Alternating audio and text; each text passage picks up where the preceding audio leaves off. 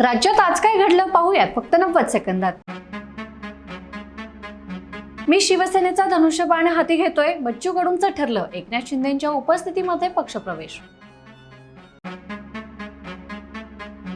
शिवसेनेकडून विधान परिषदेच्या निवडणुकीसाठी 2 उमेदवार जाहीर, नीलम गोरे बच्चू कडूंना उमेदवारी।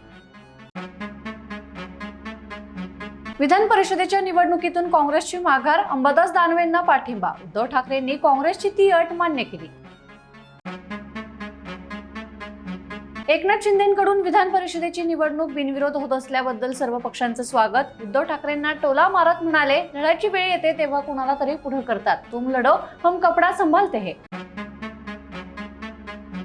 माझा पक्ष विलीन करायला मी मूर्ख आहे का, असं बच्चू कडू म्हणाले होते। आता पाहावं लागेल कोण मूर्ख आहे ते। विधानसभेला निवडून येण्याची क्षमता संपली का, संजय राऊतांचा खोचक सवाल।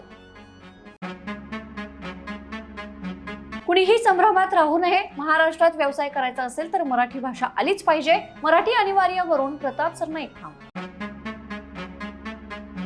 सरकारी वकिलांनी जोरदार युक्तिवाद केला, पण न्यायालयात अशोक खरातचे वकील पहिल्यांदा भारी पडले, भोंदू बाबाची न्यायालयीन कोठडीत रवानगी।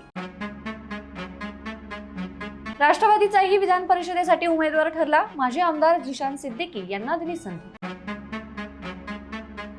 आणि अशाच ताज्या घडामोडींसाठी बखर लाईव्हला सबस्क्राईब जरूर करा।